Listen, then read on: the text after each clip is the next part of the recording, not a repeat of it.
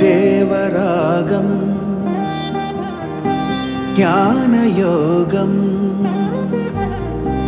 వ్యాసపీఠం బహువేదశాస్త్రం బోధామృతహిత శ్రీమన్నారాయణం శివగౌరీ సంభాషిత సకల పురాణం అష్టాక్షరి పంచాక్షరి మంత్రావరణం అఖిల దేవతా సంస్తుతి పారాయణం జయమంగళకరమీ ప్రవచన శ్రవణం అనుదినము శుభము సుఖము జీవన గమనం దేవరాగం జ్ఞానయోగం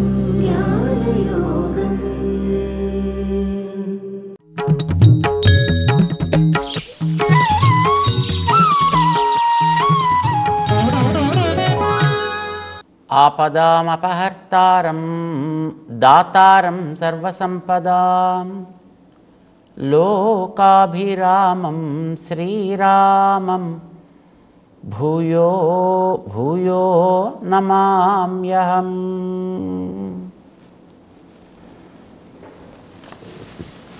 జై శ్రీమన్నారాయణ. ప్రియ భగవద్బంధువులారా, భగవద్గీతలో 6వ అధ్యాయానికి ఆత్మ సంయమ యోగము అని పేరు. మనస్సుని క్రమబద్ధం చేసే ఒక సాధన 6వ అధ్యాయంలో శ్రీకృష్ణుడు వివరిస్తాడు. 5వ అధ్యాయంలో పనులు చేయాలి, కానీ ఆ పనుల యొక్క ఫలితాన్ని తన మీద పెట్టుకోకుండా వదలాలి అని చెప్పాడు. పనులు వదలమని చెప్పలే, పనుల వల్ల కలిగేటటువంటి బాధ్యత, నేను చేస్తున్నా, నా వల్ల జరుగుతోంది, నాకు దీని ఫలితము, ఇవి వదలాలి అని చెప్పాడు. ఇది మనస్సుతో చేయవలసిన పని. మనస్సు తను చెప్పినట్టు విన్నప్పుడే ఇలాంటివి తను చేయగలుగుతాడు. శరీరంతో చేసేటువంటి పనులని ఎప్పుడూ చేయక తప్పదు. కానీ దాంతోపాటు వెనకాతల చేసే పని తనకి బంధకం కావాలా, లేదు తనని చుట్టుకోకుండా ఉండాలా, ఒకటి. రెండవది, ఇప్పుడు తను చేసే పని వల్ల కొత్త బంధనం ఏర్పడడం కాదు, పాత బంధనాలను కూడా తొలగించేటట్టుగా దీన్ని మనం తయారు చేసుకోవచ్చా, ఇది మనకిప్పుడు తెలియవలసినటువంటిది. చూడండి, మనకి డొనేషన్స్ ఇచ్చేటప్పుడు ఇన్కమ్ ట్యాక్స్ ఎగ్జెంప్షన్ అని ఇస్తారు. నువ్వు 100 రూపాయలు ఇస్తే, అంటే నీకు ఒక 100 రూపాయలు ప్రాఫిట్ వస్తే, దాంట్లోంచి నువ్వు ఒక 50 రూపాయలు ఎవరికైనా నువ్వు దానం ఇచ్చావు అని అంటే, ఆ ఇచ్చిన ప్రాఫిట్గా వచ్చిన 100కి ట్యాక్స్ పడకుండా 50కి ట్యాక్స్ పడుతుంది. ఇది ఒక నియమం, ఇది ఒక పద్ధతి. సాధారణంగా ఇప్పుడు మన దేశంలో అలాగా ఓ 50%కో, అదే 20%కో, 25%కో, 23%కో ఇలాంటి ఎగ్జెంప్షన్స్ అనేవి వస్తాయి. కానీ కొన్ని పనులు చేస్తే, ఉదాహరణకి ఏదైనా ఒక వైజ్ఞానిక పరిశోధన చేస్తే, లేదా ఒక రూరల్ డెవలప్మెంటల్ యాక్టివిటీస్ లాంటివి చేస్తే, నువ్వు 100 ఇస్తే నీకు 130, 120 అలా కూడా నీకు ఎగ్జామ్షన్స్ వచ్చే అవకాశాలు ఉన్నాయి అని దానికి సంబంధించిన వాళ్ళు చెప్తుంటారు. అంటే నువ్వు చేసేటటువంటి ఆ పని వల్ల ఆ పని వరకు మాత్రమే నీకు శ్రేయస్సు కలగడం కాకుండా, ఈ పని గతంలో ఉండేటటువంటి పాత బాకీలను కూడా కొంత న్యూట్రలైజ్ చేయగలిగేటటువంటి అవకాశం ఉండేట్టుగా ఉందనుకోండి, దాన్ని సెలెక్ట్ చేసుకోవడం మంచిది కదా, అలాంటి దాన్ని చేయడం మంచిది కదా. మనం చేసేటటువంటి కర్మ ఇప్పుడు ఏదో ఒక పని చేసాం, ఒక వ్యక్తికి ఏదైనా మనం చదువు చెప్పాము, దానం ఇచ్చాము, లేదా ఏదైనా ఒక విషయాన్ని నేర్పాము అనుకోండి, ఇది ఒక పని. ఈ పని మళ్ళీ మనకి ఒక బంధకం కాకూడదు అనంటే నేను చేయలేదు, ఇది నాది కాదు, ఇది నాకు కాదు, ఈ మూడు వదలాలి. ఫల సంఘ కర్తృత్వాలు అని అంటారు. ఇవి లేకుండా పని చేయాలి. మరి అవి లేకుండా ఎలా చేస్తాం అంటే, ఇవి నీకు వెనకాతలో నడిపించేవాడు భగవంతుడు అనేవాడు ఉన్నాడు కనుక వాడి మీద భారాన్ని పెట్టి నువ్వు చేయొచ్చు. లేదా ఇవి నీకు జరుగుతున్నాయంటే పైనుండే దేహం వల్ల జరుగుతున్నాయి కనుక భారాన్ని దేహం మీదైనా పెట్టేసి నువ్వు దానికి బాధ్యుడు కాకుండా ఉండగలగాలి. నువ్వంటే జీవుడు బాధ్యుడు కాకుండా ఉండగలగాలి. ఇది 3వ అధ్యాయంలో కూడా చెప్పాడు.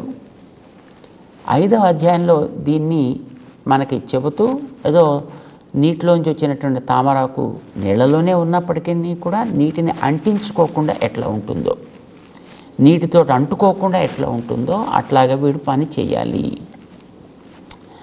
దాన్ని వివరిస్తూ దానికి కర్మ సన్యాస యోగము అంటే చేసేటటువంటి కర్మల యొక్క ఫలితాన్ని తన యందు కాకుండా మరొక దాని యందు వదిలి చేయుట, ఇది చెప్పాడు. కానీ వదలాల్సింది దేంతోటి?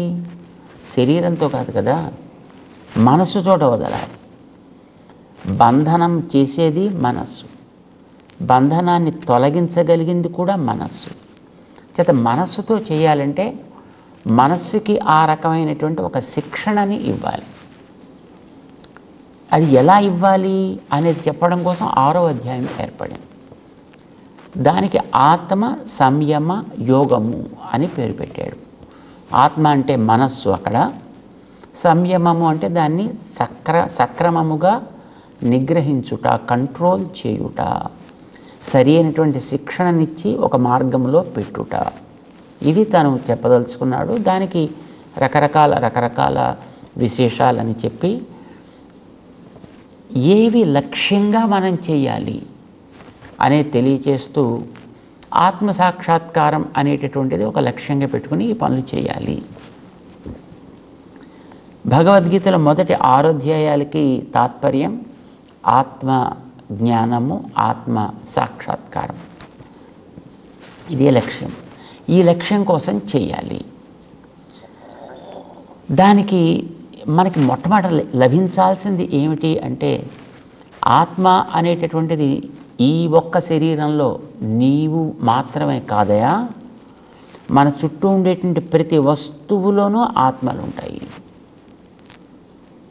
ప్రతి ప్రాణి మనకు కనిపించేటటువంటివి చుట్టూ ఉండేటువంటివి నేల మీద తిరిగేవి కావచ్చు, నింగిలో తిరిగేవి కావచ్చు, నిలకడగా ఉండేవి కావచ్చు, లేదు ఎక్కడో స్వర్గాది లోకాల్లో ఉండేవి కావచ్చు, దేవతలు అని అంటారు కదా. సో దేవ మనుష్య తిరియక్ స్థావరాత్మకంగా ఉండేటువంటి ఈ ప్రపంచంలోని సకల చరాచరాత్మకమైనటువంటి వస్తుజాతం అంతా రెంటితోటి కలిసి ఉంది. ఒకటి పైన కనిపించేటటువంటిది ప్రకృతి, 2 దానికి ఆ రకమైనటువంటి రూపు రేఖ ఏర్పాటు చేసినటువంటిది దాని వెనక ఉండే ఆత్మ అనేది 1, 2. సో ఈ ఆత్మ గురించినటువంటి జ్ఞానాన్ని వీడు సక్రమంగా పొందడం అనేటటువంటిదే మొదటి 6 అధ్యాయాల సారం. ఆత్మజ్ఞానం ఏర్పడాలి. ఎందుకు ఏర్పడాలి? తను చేసేటువంటి కర్తవ్యంలో అతనికి వైముఖ్యం ఏర్పడకూడదు, నిరాశ ఏర్పడకూడదు, నిస్పృహ ఏర్పడకూడదు, అనాసక్తత ఏర్పడకూడదు. పని చెయ్యాలి.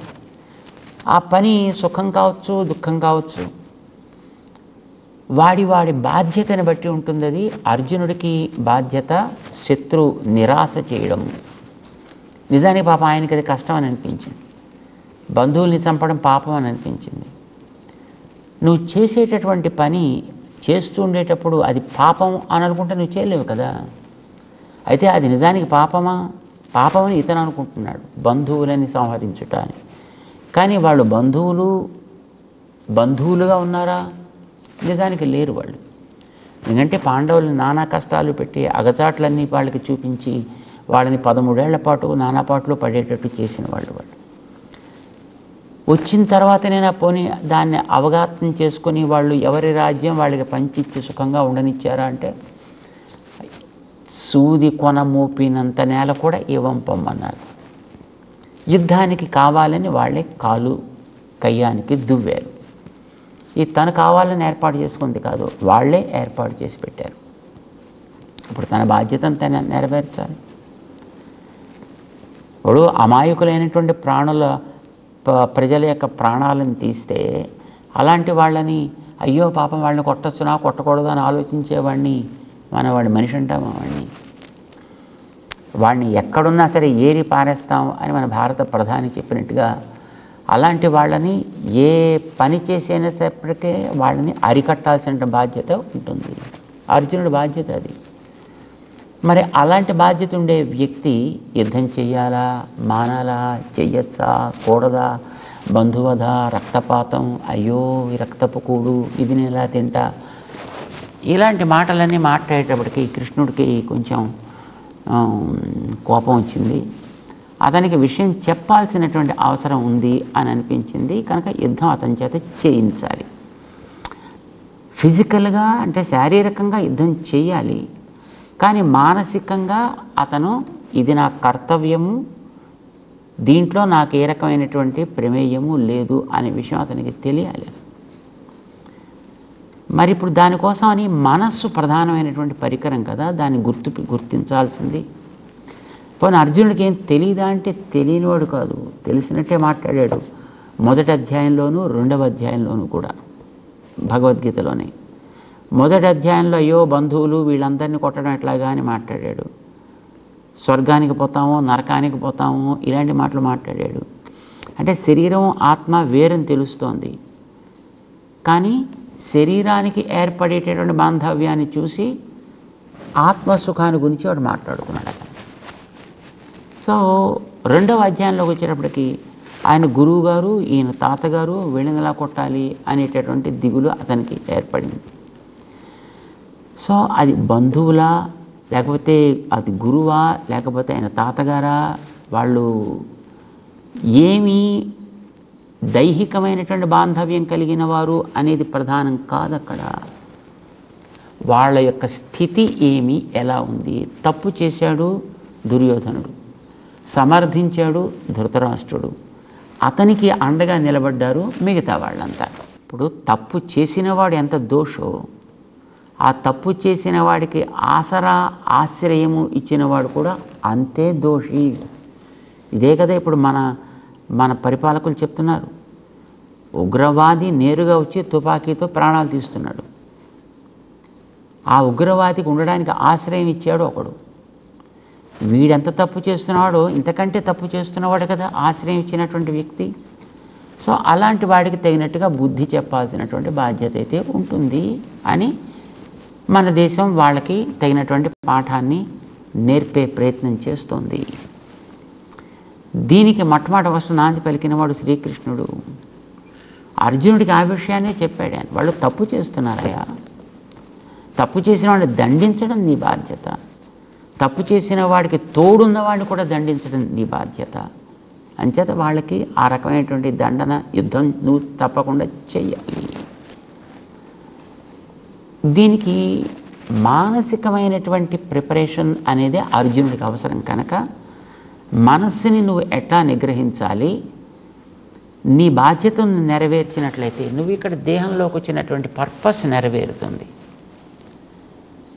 ఎంతకాలం ఈ ఆత్మ తిరిగితే ఈ దేహంలోకి వచ్చిందో మనకు తెలియదు కదా.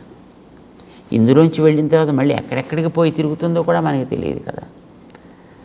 ఇప్పుడు దేహంలో, మానవ దేహంలో ఇప్పుడు ఉంది కనుక ఇప్పుడు చేసేటటువంటి పని నీకు కొత్తగా మరిన్ని కర్మల్ని చేర్చకుండా ఇదివరకే పేరుకున్నటువంటి కర్మలను కూడా తొలగించగలిగే అవకాశం ఉన్నప్పుడు అలాంటి పని చేసుకుని వాటిని కూడా తొలగించుకుని నువ్వు ఈ బంధంలోంచి బయటపడడం అనేటటువంటిది చాలా యోగ్యమైనటువంటి పని.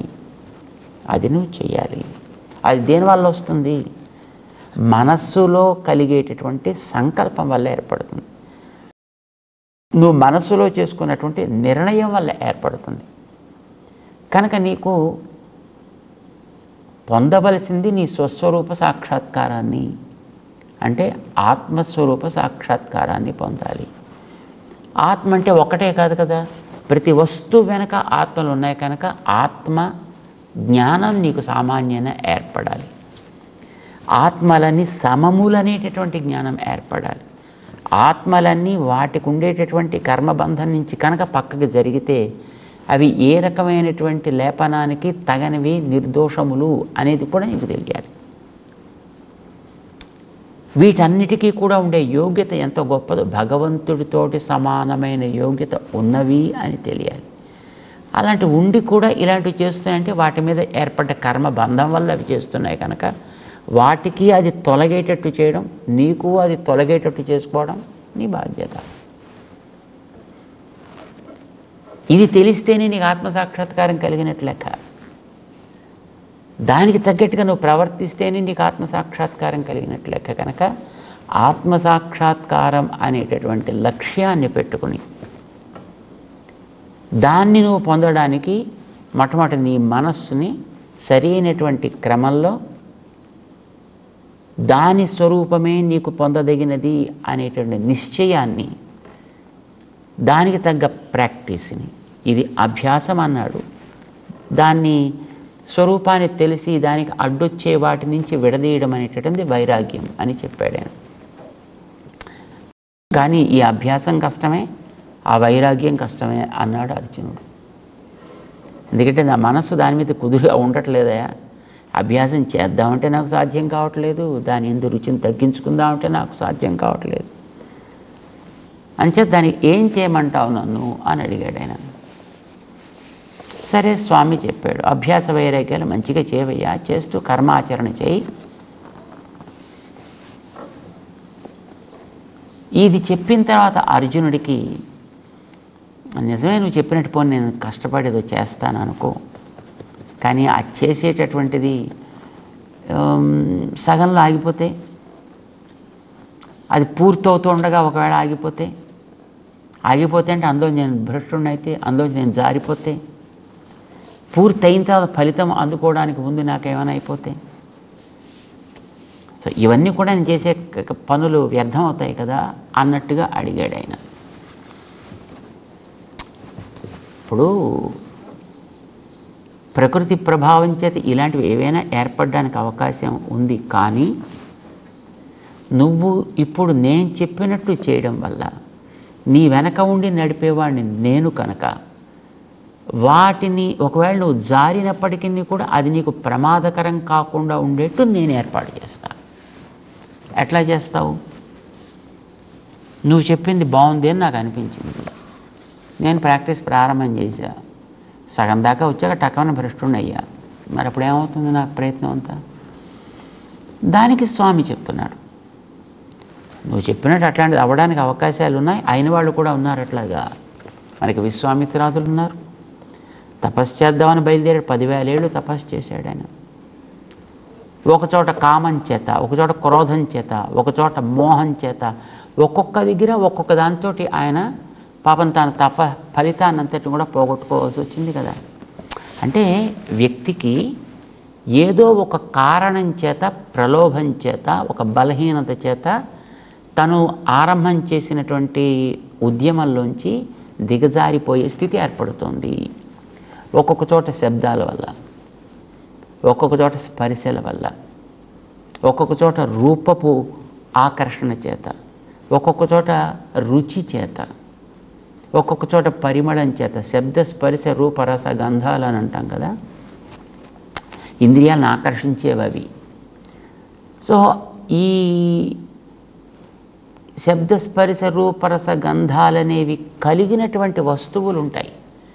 అది ప్రకృతి కావచ్చు, మనుషులు కావచ్చు, మరొకటి కావచ్చు, అది తిండి కావచ్చు, ఏదైనా కావచ్చు కాక, ఇవే కదా మనిషిని దిగజార్చేవి. జార్చని పర్వాలేదు, కానీ ఇప్పుడు నువ్వు నన్ను కదా ఆశ్రయించావు, అంచేత నీ బాధ్యతను ఇప్పుడు నేను తీసుకుంటున్నా. నేను తీసుకోవడం వల్ల ఏమవుతుంది? ఏది నిన్ను దిగజార్చిందో అది నీ మీద మళ్ళీ ఇంకొకసారి దిగజార్చకుండా ఉండేటంత ఆనందాన్ని నేను ఏర్పాటు చేస్తాను. కృష్ణుడు చెప్పిన ప్రామిస్ అది ఆయనకి. 41వ శ్లోకం దగ్గర నుంచి ఆయన 40, 41, 42, 43 ఈ శ్లోకాల్లో ఆయన ఇచ్చినటువంటి వాగ్దానం ఏంటంటే, నీకేం భయం అక్కర్లేదయా, నీకు శబ్దమో స్పర్శో రూపమో రసమో గంధమో ఏది నిన్ను దిగజార్చిందో అది నీవు పూర్తిగా అనుభవించగలిగే అంత అవకాశం నేను నీకు కలిగిస్తా. ఇంకొకసారి మళ్ళీ అది నేను దిగజార్చనవసరము లేనంత శక్తి నీకు ఇచ్చేట నేను ఉపకారం చేస్తాను, నీకు కలిగిస్తాను. నీకు అది కలిగిన తర్వాత ఇదివరకు నువ్వు ఎక్కడి దాకా అయితే చేసి దాంట్లోంచి నువ్వు బయటకు వచ్చేసావో అక్కడి నుంచే నువ్వు దాన్ని కంటిన్యూ చేసేట్టుగా నీకు అవకాశం ఇచ్చేస్తాను నేను. అప్పుడు నీకు ఇంకేం ఉపద్రవం ఏమిటి? నువ్వెందుకు దాంట్లోంచి భయపడాలి? మానేద్దామని అర్జునుడు అనుకుంటుంటే అది నువ్వు మాననవసరం కాదయ్యా చేయవలసింది, మానే పని కాదు నువ్వు చేయాల్సింది, దాన్ని నువ్వు కొనసాగించాలి. నీకు వచ్చే లోపమేదో దాన్ని తీర్చుకుందాం. ఇప్పుడు ముక్కు కారుతోంది కదా అని ముక్కు తీసేస్తావా ఏమిటి?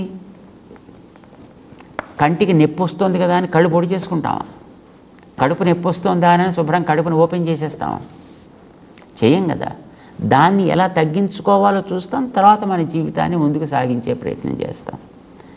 కనుక నిన్ను అవేవో ఒక్కొక్కటి జారుస్తున్నాయి కనుక ఆ జార్చేవి ఇంకొకసారి మళ్ళీ నిన్ను జార్చనవసరం లేనంతగా వాటి విషయాలు నీకు ఇస్తా, అనుభవింపచేస్తా. నీవే ఇక తృప్తి కలిగి నాకు ఇంక వద్దు మొర్రో అనేంతవరకు నేను వాటిని నీకు ఇస్తా. ఓకే, చక్కగా హాయిగా అనుభవించు. అయిపోయిన తర్వాత నువ్వు మళ్ళీ వెనక్కి తిరిగి వచ్చిన తర్వాత నువ్వు ఎక్కడ ఆపావో అక్కడి నుంచి ఆరంభించేట్టు చేస్తా. ఒకే శరీరం కనుక మరి నిద్రపోయిన తర్వాత మెళుకు రావడం, మళ్ళీ అది జ్ఞాపకం ఉండడం అని దానికి అవకాశం ఉంది. కానీ దేహ మార్పు అనేటటువంటిది దీర్ఘ నిద్ర లాంటిది. ఇది తాత్కాలిక నిద్ర. ఒక దేహంలోంచి మరొక దేహంలోకి వెళ్ళడం అనేటటువంటిది ఒక దీర్ఘ నిద్ర అనుకుందాం. అది ఆ దేహంలోకి నువ్వు వచ్చినప్పటికీ ఇదివరకు దేహంలో నువ్వు ఎంతవరకు చేశావో అది నీకు మళ్ళీ తనంతట తాను స్ఫురించి అక్కడి నుంచే నువ్వు మళ్ళీ ఆరంభం చేసేట్టుగా నేను చేస్తాను. ఇక నీకు బెంగ ఎందుకు నీకు? అప్పుడు అలాంటి ఫ్యామిలీ ఏదో సెలెక్ట్ చేసి అక్కడ నువ్వు పుట్టేట్టు నేను చేస్తాను. చేశాడు ఆయన అట్లాగా. ఎంతోమందికి ఆ రకమైనటువంటి యోగ్యత ఏర్పడింది. అభిమన్యుడే ఉన్నాడు, అర్జునుడికి కుమారుడు. ప్రహ్లాదుడు ఉన్నాడు, హిరణ్యకశిపుడికి కుమారుడు. అంటే వాళ్ళకి గతంలో ఉండేటటువంటి అక్కడ ఫలించేట్టు చేశాడు. ఒక్కొక్కసారి మంచి వాళ్ళ కుటుంబాల్లో పుట్టచ్చు, ఒకసారి దుష్టుల కుటుంబాల్లో పుట్టచ్చు. భరత వంశానికి చెందినటువంటి వేణుడు అనేవాడు ఉండేవాడు, పరమ దుర్మార్గుడు. పరమ దుర్మార్గుడు అంటే తన దగ్గర ఉండేటువంటి మహానుభావులు అంటే ఋషులందరి చేత తనని మోయించుకోవాలని తన నామం చెప్పే హోమాలు చేయాలి, తన నామమే జపం చేయాలి, తన నామానికే తర్పణాలు చేయాలి. ఇలాగ పెట్టాడు నియమం. నారాయణాయ నమః కాండానికి వీలేదు, వేనాయ నమః ఇలాగే చేయాలన్నాడు వాడు. సరే, వాణ్ణి ఇంకా మోతాదు మించేటప్పటికి వాడిని శపించి మొత్తం హుంకరించి వాడు లేకుండా చేసి పారేశారు. కానీ అతని తర్వాత అతని భుజాన్ని చిలికి భుజంలోంచి మళ్ళీ ఒక పిల్లవాడిని పుట్టించారు. అప్పుడు ఉండేటువంటి ఆ మహానుభావులకి ఏం విజ్ఞానమో తెలియదు మనకది. అతను ఈ పృథివీనంతటిని అతనికి పేరు పృథు చక్రవర్తి అయ్యాడు ఆయన. అతని పరిపాలన వలన ఈ భూమికి అజనాభం అనే పేరుండేటటువంటి ఈ భూమికి పృథ్వీ అనేటువంటి పేరు వచ్చింది. అంటే ఎంత గొప్పగా పరిపాలన చేసి ఉంటాడో మనం ఊహించవచ్చు. అంటే అతను ఆ వంశంలో పుట్టినా ఇంత గొప్పవాడు అవ్వగలిగాడు. సో ఎంతవరకు అయితే గతంలో చేసి ఉన్నాడో అక్కడి నుంచి ఆరంభం అయ్యేటట్టుగా చేస్తా. అది సగంలో అయితే సగం చోట ప్రారంభిస్తాడు, పూర్తి అయితే పూర్తి అయిన చోట ఉండేట్టుగా నేను వాడిని ఏర్పాటు చేస్తా. ఒకవేళ అసలు వాడు ఆరంభమే చేయలేదనుకోండి, పర్వాలేదు, వాడికి రుచి కలిగింది కదా. సో రుచి కలిగిన వాడు ఆరంభం చేసుకోవాల్సిన కుటుంబాలు ఎక్కడున్నాయో చూసి వీడిని తీసుకువెళ్ళి ఆ కుటుంబంలో పెడతా. అప్పుడైనా నష్టమే లేదు కదా, చేసింది ఏం వ్యర్థం కాదు కదా. కనుక మంచి పని చేయడానికి, మనస్సుని క్రమబద్ధం చేసుకోవడానికి సాగించే ఏ ప్రయత్నమైనా సరే నా మీద భారం పెట్టి కనుక వాడు చేసినట్లయితే తప్పకుండా అది వాడికి సత్ఫలితాన్ని ఇచ్చేట్టుగా నేను చేస్తా. ఇది భగవంతుడు అర్జునుడికి ఒక భరోసానిచ్చాడనమాట. ఇది 6వ అధ్యాయంలో 42వ శ్లోకం దాకా ఆయన చెప్పినటువంటి మాట. వాడు శుచివంతులు శ్రీమంతులు అయిన వాళ్ళ ఇండ్లలో పుట్టిస్తా, సగంలో చేస్తే పూర్తి అవుతూ ఉండేటైతే అథవా యోగినామేవ కులే మహతి ధీమతాం, వాళ్ళు గొప్ప యోగులైనటువంటి వాళ్ళ ఇండ్లలోనే నేను వాడు పుట్టేట్టుగా చేస్తా. అది కొంచెం కష్టం, అలాంటి వాళ్ళు దొరకడం కష్టం, అలాంటి వాళ్ళ కుటుంబాల్లో పుట్టి దాన్ని కంటిన్యూ చేయడం కూడా కొంచెం శ్రమజనకం, బట్ దాన్నే నేను ప్రొవైడ్ చేస్తా అని చెబుతూ చేసేటటువంటి ఈ యోగ సాధన, అభ్యాసము, వైరాగ్యం అని చెప్పాడు కదా, వీటి వల్ల ఆ వ్యక్తికి ఏ రకమైనటువంటి ఒక మహత్త, ఒక గొప్పతనం వస్తుందో 6వ అధ్యాయంలో చెబుతూ అధ్యాయాన్ని చివరికి తీసుకొస్తాడు. తెలుసుకునే ప్రయత్నం చేద్దాం. జై శ్రీమన్నారాయణ.